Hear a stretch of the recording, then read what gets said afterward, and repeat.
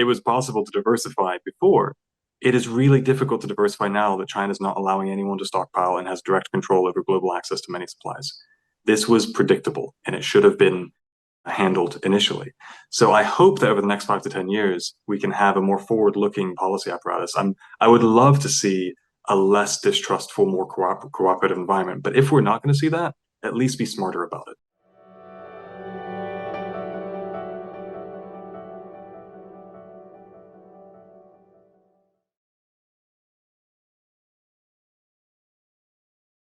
Hello and welcome. My name is Jessica DiCarlo, and I'm an assistant professor of geography at the University of Utah and a fellow of the National Committee on U.S. China Relations Public Intellectuals Program, or PIP. On behalf of the National Committee, I'm delighted to sit down today with two experts to discuss one of the most pressing issues in U.S. China economic and geopolitical relations, critical minerals. Joining me today are Anna Ashton, founder of Ashton Analytics, and Corey Combs, Associate Director and Head of Critical Minerals and Supply Chain Research at Trivium China. So we're speaking to you on July 28th, 2025, and as always, this landscape is shifting quickly. In recent years and months, we've seen tit-for-tat export controls, strategic realignments, and a push towards mineral securitization. New extractive frontiers are emerging with new risks and new rivalries. So let's start with some basics to ground this discussion. Critical minerals is a broad category. It includes dozens of elements that vary by country, each with distinct extractive geographies, supply chains, and uses. So Corey, if I can start with you, can you walk us through what makes a mineral critical? Thank you so much. For all the complexities, one thing I do love about the term critical minerals is it really is what it says on the tin. These are materials that are essential for some strategic or otherwise sensitive application, and notably that face some sort of risk in the assessment of the government labeling them as such. So just two quick examples to kind of make this more material. Dysprosium, not usually a household name, although becoming one now that material export controls have come into play. It's a rare earth that is essential to making permanent rare earth magnets, which go into everything from your electronics to your fighter jets. Obviously essential. Virtually every country has this listed as a critical mineral. In contrast, something like iron ore, China has this listed because it's very dependent on iron ore, and steel as a major industry. But most of the countries do not list iron as a critical mineral because they have plentiful supply of it. So I think that's a good example to kind of lead into how we think about these things. It's really a political signal of, hey, we need to be careful and pay attention to these minerals. Thanks for that. And could you tell us a bit more about how these minerals underpin key sectors? You mentioned a few in that answer. Absolutely. So there are a variety of ways. Broadly speaking, when we talk about critical minerals and export controls in today's context, a few of the particular niches we're most concerned about and that face the highest risks are electronics. Electronics use a lot of materials that are in very specific concentrations. It's really hard to substitute. For example, you need tantalum in certain amounts. You need certain alloys with certain thermal properties to work with very sensitive electronics. These are very difficult to replace and also largely produced in relatively small volume compared to things like copper or aluminum, these big scale things, large volume commodities. And so when it comes to bottlenecks and supply chains, it's very easy to see how a low volume commodity dominated by one country can become a point of leverage in the event of trade issues like we've seen over the last few years. And so electronics is one. Now that obviously feeds into a lot of other applications, automotive sector with batteries, motors, which use permanent rare earth magnets, as well as all the electronics and chips that go into that. And the other one in defense. Honestly, very similar pathways there in terms of electronics and magnets, but also some of the alloys that go into, for example, aviation materials. You have high strength requirements and low weight requirements. Only certain materials fit the bill, and those provide essential points of leverage in trade conflicts. Thanks so much, Corey. Anna, can you help us understand how critical minerals became such a flashpoint in the U.S.-China relationship? How did U.S. policy, for example, or lack thereof, contribute to that? I'm thinking in particular about the 1990s and 2000s and the priorities that led the U.S. to outsource a lot of its mineral value chains. Yeah, so I mean, I think an important thing to keep in mind is that the United States, for instance, with rare earths, used to be the dominant, almost the only player mining and processing them. But over the course of the second half of the 20th century, especially starting in the 80s, environmental regulations became much more of a focus in the United States. The mining that was happening in California, which was at the forefront of the environmental regulation movement. And as those regulations began to be promulgated, it became less and less cost effective to mine and process rare earths in the United States. And at the same time, you had China, which was in, a key stage of its development, definitely prioritizing economic progress over pretty much everything else. And the trade-off for China for mining critical minerals like rare earths was kind of a no-brainer for them in the opposite direction. So essentially, countries like the United States outsourced a lot of their critical minerals mining and processing to China. Rare earths just being, a primary example. And then I think, on top of that, there's the fact that China was already pursuing mining of a lot of these critical minerals and had, in the case of rare earths, established some expertise because of the fact that it was searching for things like uranium in Inner Mongolia and found rare earths instead, and ended up finding uses for them.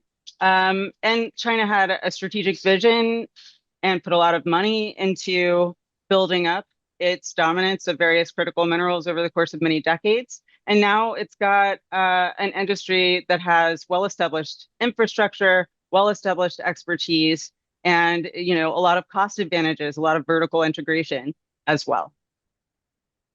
Yeah, to build on this, Corey, thinking about China, how did it come to control a lot of the global processing and refining as well, in everything from, rare earths to graphite, lithium, cobalt?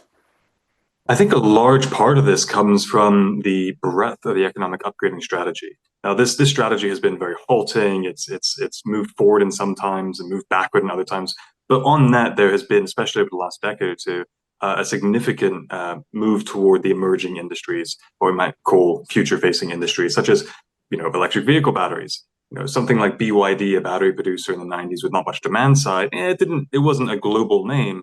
Suddenly, when the EV revolution rolls around, Tesla comes out and they're like, hey, we can catch up. Let's put the batteries we can make into cars. Suddenly is now the best selling electric vehicle brand in the world. Suddenly, as in not overnight, but through coordinated industrial policy support, supply chain development, and vertical integration, and overall demand side support, as well as supply side support. Chinese companies were able to take advantage of state capital, but also state supported demand side growth. And so they really were able to develop a strong market environment, domestic environment. And what that did was say, hey, there's money to be made downstream. Let's make the supply to meet that. Well, now we have a bunch of demand for cathodes and other battery materials. Well, suddenly there's a business opportunity for those producers. Well, now we have mineral demand. Okay, great. All those mining operations that typically historically have been kind of low value, now they're strategic and have a huge demand base. And so we're able to see this value creeping up the production chain and very much becoming a synergistic ecosystem. And so I think there are kind of three parts of China's current dominance. There's the geological, it has certain resources. So does the US and so do other countries. So there are advantages, but it's not the whole story. Then there's the technological, the talent development. The fact that these suppliers upstream have invested so heavily. That's something where most other countries are very weak. And then lastly is that downstream industry where they have a strong demand side. They have people to sell to. The US EV ecosystem is pretty weak in comparison, right? So how do you get that demand signal to move up the chain? So these are all parts of a very complicated economic upgrading picture, but I think are really at the root of how China's come to be where it is now. Absolutely. And I think something I'm hearing through both of your answers is the importance of understanding that these minerals are all extremely different in terms of, their extraction, their processing, how we use them. So having this category of critical minerals in some ways can be quite problematic because we're dealing with very different elements. And unfortunately, we can't cover every single mineral in depth today. So I thought we might just focus on one set that's been making headlines, and that's rare earth elements. And these are 17 chemically similar metallic elements known for their magnetic and conductive properties. And they're used, as you mentioned earlier, in everything from semiconductors, turbines, to EVs, defense applications. And they've been in the headlines for a series of export controls and tariffs between the US and China for quite some time now. So I wonder, Anna, if you could give us a summary of the timeline of these kind of foreign triggers and China's retaliation with export controls over the past several years. Sure, I'd be happy to, Jessica. So, just in the past several years, because of course there's a previous modern history chapter with China and rare earths, which was 2010 to 2014 or so. But this latest chapter, it really started with escalating tensions in the Biden administration and the fact that the Biden administration was rolling out more comprehensive export controls and other measures that Beijing felt were intended to restrict its ability to continue developing the way that it wants to develop, to continue creating a 21st century economy. And as Beijing thought about how to respond to the various U.S. policies, not just the tariffs that the Biden administration kept in place, but also these comprehensive export controls and other things, it became clear that retaliatory tariffs were not enough and that other measures would have to be implemented and leveraged. And one of those measures ended up being export licensing requirements. The first ones were announced in the summer and fall of 2023, and they affected gallium and germanium, and there was graphite. And then the current export licensing requirements on rare earths were announced hours after the Trump administration announced its Liberation Day tariffs. And so, very clearly retaliatory in their intent, and also meant to be a tool of leverage in the U.S. China negotiations. After China rolled those out and industries like the automotive sector in the U.S. began sort of screaming to the White House that they were going to have to halt production if they didn't get a solution, we saw the White House roll out some new export controls, which Besant later came out and said were really rolled out for the purpose of facilitating negotiation. A lot of those controls were rolled back after the London talks. And to the extent that we've seen, an acceleration of approvals for export to the United States of various rare earths and magnets, you can probably tie that to the fact that the U.S. decided not to move forward with these new export controls. But if we're going to see more progress on supplies of rare earths and magnets to the United States, I think China absolutely is expecting that the trade-off needs to be a rollback of something more significant in the export controls regime, like more fundamental export controls. I think also one other thing I'd like to add is that not all of the motivations or intentions behind the rare earths export licensing regime have to do with the United States or bilateral competition. For example, China worries about its own supplies for its own industries. And as Corey was saying, their downstream demand is pretty significant. Dysprosium is a great example. It's a heavy rare earth that is essential to high performance magnets. And like 60% of the world's dysprosium is processed in China, but comes from Kachin State in Myanmar. And there's instability there right now, which is preventing China from getting its own normal supplies. So there are other motivations at work here.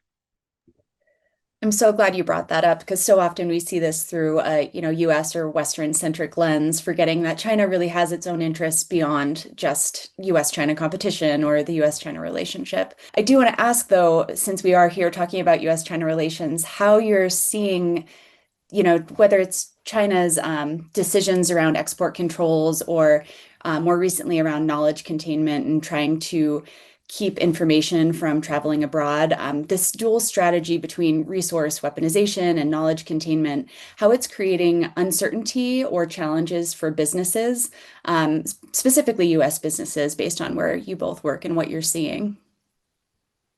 I think that both resource weaponization and knowledge containment are tools that are part of a broader dismantling of the modern free trade system that the World Trade Organization was emblematic of, and this sort of balkanization of trading blocks that we maybe are seeing happen. Hopefully, it is nothing more chaotic than that, but it could be more chaotic than that. We're in a moment where there has been a fundamental shift in how people in the United States, in Europe, and in many other places conceive of trade and conceive of the benefits and costs of economic relationships with partners as well as with competitors. And I think there wasn't a lot of discussion around this shift as it happened, but we really flipped in the United States from seeing economic codependence as a fundamentally positive thing because it helps to ensure peace, it disincentivizes war, to seeing it as a fundamentally negative thing because it creates vulnerabilities and liabilities for one side or the other. And so, theoretically makes it more likely that we'll end up in conflict or that one side will dominate the other in a conflict. And I think that, you can't talk about China's weaponization of its raw materials or its knowledge containment without talking about that context, if you're really going to get into what's motivating it. Absolutely. Really appreciate that, kind of the bigger picture here. We can talk about the business applications and the business interests, but they're all very much reactions to this broader context, 100%. So on the business side, one big takeaway for me has been this whole saga, really, since the Biden tech controls and the Trump tariff escalations.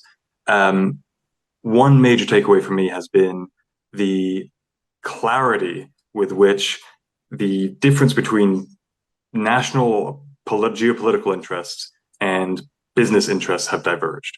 More broadly, in the past, we usually think of free trade as kind of, especially on the conservative side of politics, we think of free trade and trade liberalization and pushing economies to be more open. And now we're in an environment where geostrategic or geostrategy really is centered around onshoring value chains, mitigating risk.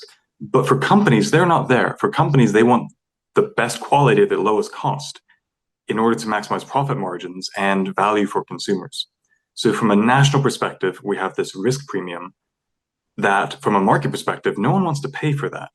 It's not worth it to them and their incentive structure. So the incentive structure misalignment, I think, is coming to sharp relief. And that has really put increased pressure on the governments of all parties, of course. But every government in the world now is grappling with, to what extent do we do industrial policy? By which I mean, just to put it in very fine terms, the government interfering in markets to make sure the market acts more the way that the government would like it to. That's really what we're talking about. And there are ways in which that can be great for mitigating long-term risks. There are ways it can be bad for short-term profit margins. There are trade-offs all over. And one thing I think has been challenging has been to coordinate in non-dogmatic but very practical terms. What do we mean by security? What are our industrial and commercial interests? Are they aligned or not? That has become a central challenge for businesses to navigate, not only with accessing Chinese materials, but with their own governments. What's the path forward and how do we align? Thanks so much for those insights. I think there are a few directions I want to take this now, just thinking about U.S. strategic responses and recognizing that they're not always aligned with what business or market interests would be at the moment. So a few directions. One would be environmental, another multilateral initiatives, and then a final one in terms of emerging technologies. So you can answer these as you like. But my first question concerns multilateral initiatives like the Mineral Security Partnership. So how effective have things like this been in helping the U.S. and its allies diversify supply chains? And what sort of non-financial barriers like resource availability, processing capabilities, or talent gaps are these countries facing in developing alternative sourcing? I'm happy to chime in on that one first, although I imagine that Corey's going to have different and also super interesting thoughts. It's important to keep in mind that in addition to resource restrictions and processing restrictions and talent restrictions, there are also high upfront costs and long lead times for a lot of these projects.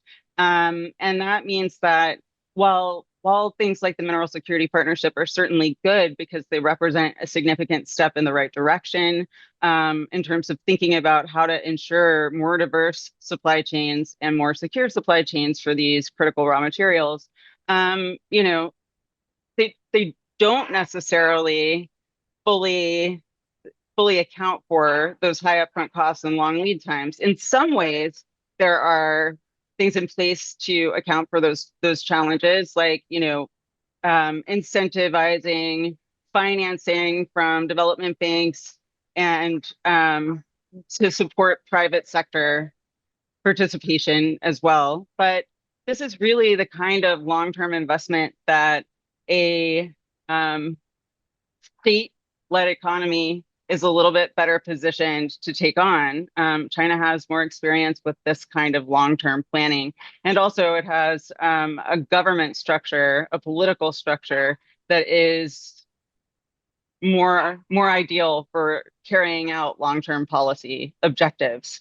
And I think that those challenges, the fact that the United States has for many, many years, and the EU to a lesser extent, been kind of allergic to the idea of state involvement in the economy and kind of puritanical about the role of free markets in an efficiently functioning economy. It means that there's not a lot of experience here with industrial policy or with thinking about how to apply industrial policy over an extended period of time. And then there also isn't a political system that is very good at sticking things through over extended periods of time. And I think that those are the kinds of challenges that are going to get in the way of the Mineral Security Partnership until something's done to directly address them. But there are certainly, dozens of projects that have been identified by the Mineral Security Partnership participants, and some of them have begun to get financing and have begun to move forward. And all of that is good. It's not a short-term solution. Agreed on all fronts. And I think part of what makes this so challenging is there's so many interrelated challenges that all at some point have to be overcome. And there's a lot of debate over which one's the biggest. Do we need deregulation? Do we need, to counter NIMBYism? Do we need more capex? We need all of those things, right? And it's not quite clear. It's a tapestry. You can't pull on one thread and the whole thing comes undone. You have to be pulling on all the things. So to me, one of the central issues here is that when we look at kind of the EU and U.S. capital markets, we look at where investment is going. It's exactly what Anna said. These are huge upfront capital costs. Putting the capex for a mine is incredible. Let's pretend there's no regulatory issue for a huge pretend, but for a moment, you still have a fundamental issue of when does that huge capex start making money back? It's going to be many, many years, and it's going to be after you've developed the demand side, so that actually has someone to sell to. So in many ways, when you look at companies not really, and investors not really wanting to put the money into that, they're behaving rationally. The market is actually doing its job as an optimization function for shareholder returns in the short term. Is that what the government wants is a different question. And so a lot of times we talk about market failures. In this case, I think the market saying, you know what, let's offshore to China, let's get all those mineral supplies from China. The market's actually doing its job. It's just not the job the government wants it to be doing in the current context for broader reasons, which is valid. But we have to have a very serious conversation within each market about what the government wants and what it's willing to push its markets to do. And I would note here that that creates opportunity. It's not just there's a million challenges. I think, for example, you look at a lot of Southeast Asia. There are efforts to promote development, in some ways learning from the Chinese model of development without being kind of hamstrung or kind of locked into the Chinese ecosystem exclusively. There are opportunities to work where maybe Vietnam is more interested or Thailand is more interested in having a more forward industrial policy. If they can have access to a lot of the capital from the West, that would be useful. But if you're saying that all of the American capital has to go to American projects, there are certain barriers that you're not overcoming with that. So I think one of the, and I agree with Anna, like one of the great points of MSP and the Quad Initiative and others is that there is an opportunity because governments and markets want different things, like national markets want different things. Let's optimize across those different desires, capabilities, and constraints. Of course, that is slow, and exactly as Anna said, agreed, it's not fast enough, but I think it's really ultimately coordination is going to be the only way to overcome these challenges by optimizing across different interests. I'd love to turn to the environment. I work in Southeast Asia and have seen a lot of these mining projects on the ground, and we've been hearing a lot more about rare earths, as Anna mentioned, in Myanmar. I'm wondering how you're both thinking about critical mineral extraction and processing and this push to make it more environmentally friendly. Is it possible to establish cross-national standards in the current international political environment? And what else are you seeing, I guess, in terms of the environment? It's a complex one for a lot of reasons. I think two bottom line points I would start with is one, mining is environmentally degrading. There is no way around it. We will not have a clean economy without mining. We will not have a clean economy without more environmental damage. At the same time, and so basically I'm saying we need to do this energy transition better than we did the fossil fuel transition, which was to say no accounting for the harm involved. At the same time, there is no question whatsoever that this, under basically any regime, any standards regime, the movement toward clean energy, which will require minerals, is unequivocally better than the fossil fuel economy in virtually every dimension. So I want to make that very clear. We have costs that we have to face. We want to do better than the last industrial transitions we've had. And we need to take that seriously on both sides.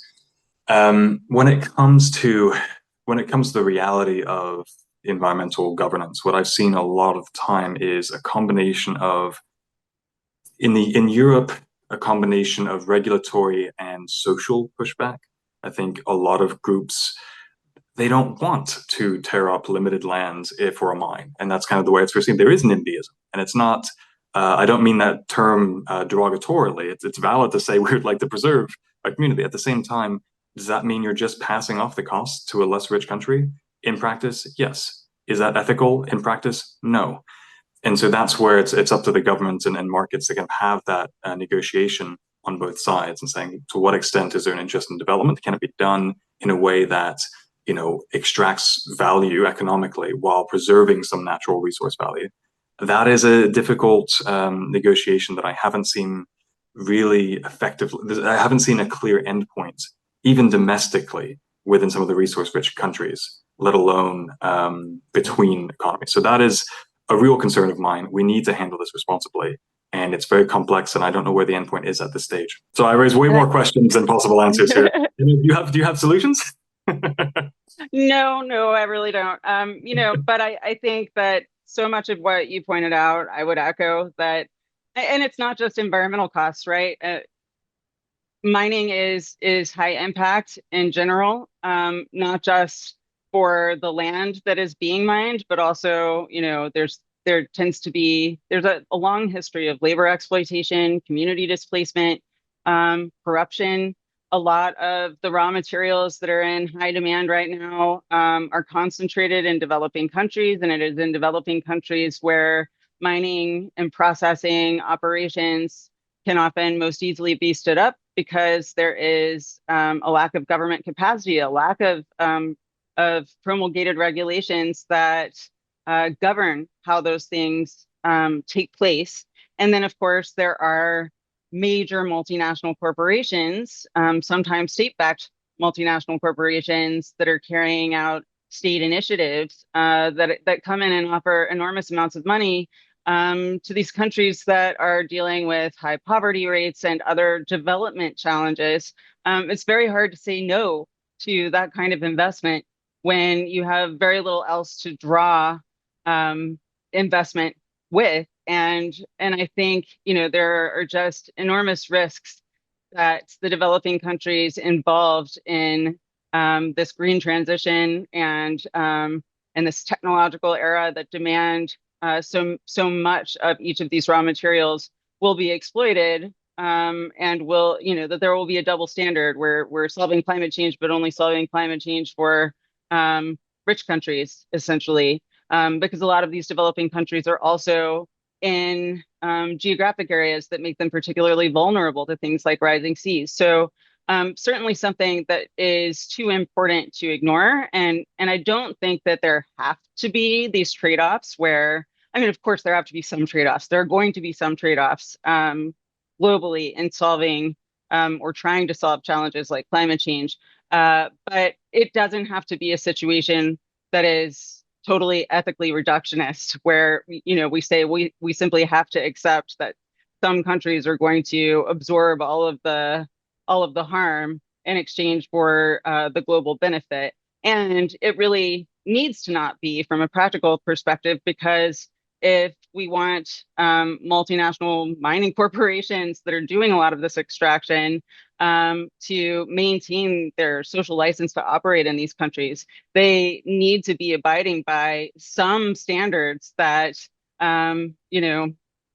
make it less likely that they're going to be facing protests, legal challenges, or even sabotage of their mining operations. So I think it is important that there be efforts to come up with, if not harmonized standards, at least standards that lots of countries, major extractive industry countries, can buy into.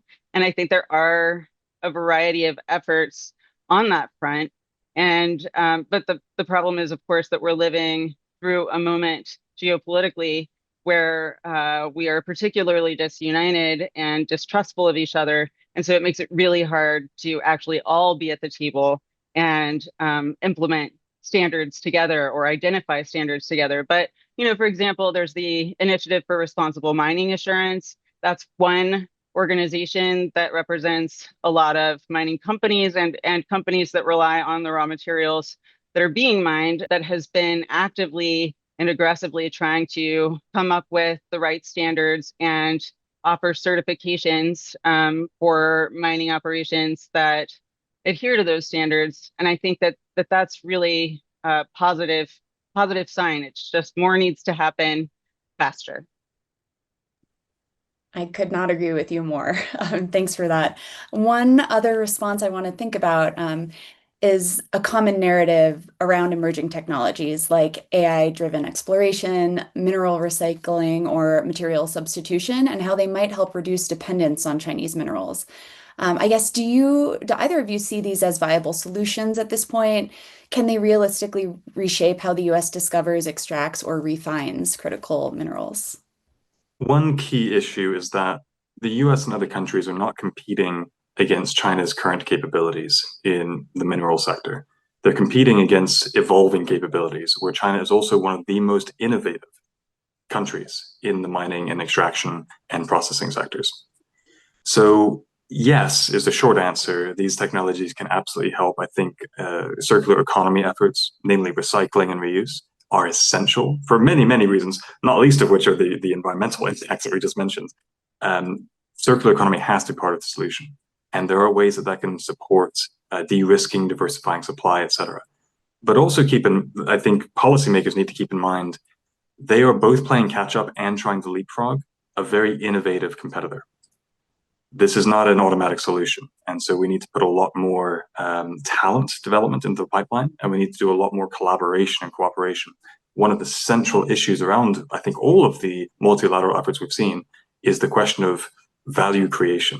When you're creating a new value chain that is multilateral, one of the central questions is who gets what piece? This is central to the classic resource curse dilemma.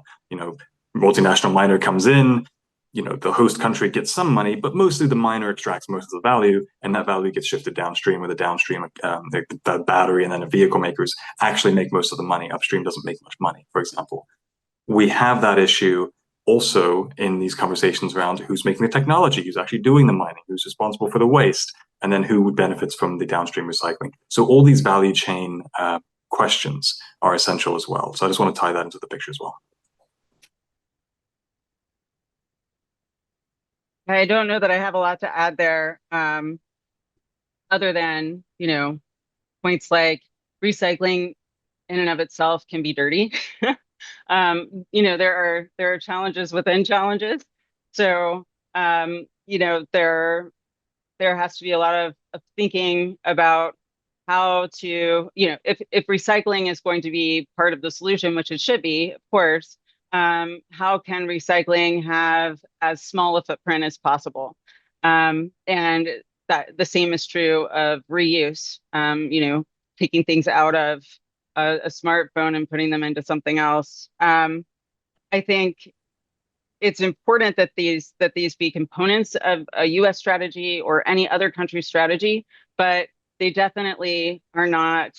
We're not in a position to suddenly catch up with China or leapfrog China by being better at recycling. They're working on recycling too. Those are really relevant points for the final question that I have for you both. I'm wondering, looking ahead 5 to 10 years, how should we expect critical minerals to shape or influence the U.S.-China relationship? And based on that, what key policy recommendation might you offer to the U.S. government and or kind of key advice in general to understanding this landscape better? Yeah, so I think, it's clear that export controls in various guises are going to be major tools of leverage in the U.S.-China relationship for the foreseeable future. So on the U.S. side, that's primarily controls on tech applications, like in the semiconductor arena, in powering AI and quantum computing. And on the China side, they've got these enormous advantages tied to raw materials. I think when you think about the Biden administration's motivations for rolling out the export controls that it rolled out, there clearly was some thinking that the United States had to guard the advantages that it already had, recognizing that catching up with China where it had its own advantages, such as in mining and processing, was a daunting challenge. And the interesting thing about this set of negotiations that we're in now is, we're waiting to see exactly how much trading off might happen, access to raw materials in exchange for access to technologies. But clearly, China has redoubled its efforts to catch up with the United States too, where it is behind. So, for example, on advanced semiconductors, and to the extent that we're trading off access to that technology in exchange for access to raw materials, we're helping China catch up. So all of this really comes down to whether or not we can trust each other. And it's a harder time now to trust each other than it was, before the first Trump administration, before this major pivot in China policy, which I wouldn't put entirely on Trump. I think it would have happened under a Clinton presidency too, but maybe it would have looked a little bit different. We can either be in a high stakes negotiation that is constantly threatening to be zero sum, or we can be in a high stakes negotiation that allows both sides to benefit and, root for the foreseeable future. I think we're more likely to end up in the former than the latter. And that's unfortunate. 100%. I think that the minerals competition and these export controls are really symptoms of a much deeper issue. And when we talk about what happens in the next 5 to 10 years, we'll see the symptom, I think, evolve with the nature of the disease. We're de-risking because, exactly as Anna said, we do not trust each other at a national level. That's not people to people. This is the governments do not trust each other's intentions. The Chinese side views the US as very directly attacking its ability to upgrade its industry. That is not a small thing for China. That for the party, that is existential. Their governance depends on their ability to upgrade the economy. And so the US attacking that is paramount concern. And for the US side, they see China displacing it as a technological leader, as the leader of the most competitive industries, and many other ways as well. And so that's where, I'm not saying we're in a Thucydides trap, but that's kind of where a lot of the thinking is kind of built around. So there's no trust. And these issues are basically each side's attempt to mitigate the issues associated with that lack of trust. I would say two things. The US side has had preventable errors. And I say this because after gallium and germanium in 2023 were controlled, it was quite anticipatable, and in fact, literally published in public sources, anticipated that further controls would come forward, given certain types of perceived provocation. That's exactly what happened. This is not rocket science that there's going to be retaliation by China to certain types of action. So my biggest critique is that if you're going to de-risk because you don't have trust, mitigate the risks of that de-risking before you pull the trigger. It was possible to diversify before. It is really difficult to diversify now that China is not allowing anyone to stockpile and has direct control over global access to many supplies. This was predictable and it should have been handled initially. So I hope that over the next 5 to 10 years, we can have a more forward-looking policy apparatus. I would love to see a less distrustful, more cooperative environment. But if we're not going to see that, at least be smarter about it. At the same side, I'm completely with Anna. We always focused on risk in a lot of the kind of current context. I say we, the royal we, kind of, dissolving blame of any individual parties, of course. But generally, the discourse is around risk. I also agree. There's so much opportunity. Frankly, there is no market in the world where one entity having 99% of processing is a stable industry, just from a basic economic standpoint, regardless if it's China or anybody else. There was room for diversification. A lot of countries can benefit from that in a way that is not fear-mongering or warlike. That is just good business. And there are opportunities to work with partners, allies, and countries that are not currently allies or partners to create value for all parts in an ethical and responsible way. This is an opportunity. I hate the phrase that crisis creates opportunity because many of these crises are preventable in the first place. But if you're in one, I would love to see more of the opportunity taken advantage of moving in the next 5 to 10 years. Yeah, hear, hear. Again, could not agree more. I have about 20 to 50 more questions I want to ask you, but unfortunately, that's all the time we have for today. So Anna and Corey, thank you both for this thoughtful and timely discussion. I've learned a lot. And thank you to the National Committee staff who behind the scenes have made this interview possible. If you enjoyed this conversation, we hope you'll join us for future National Committee programs. Thanks so much for listening.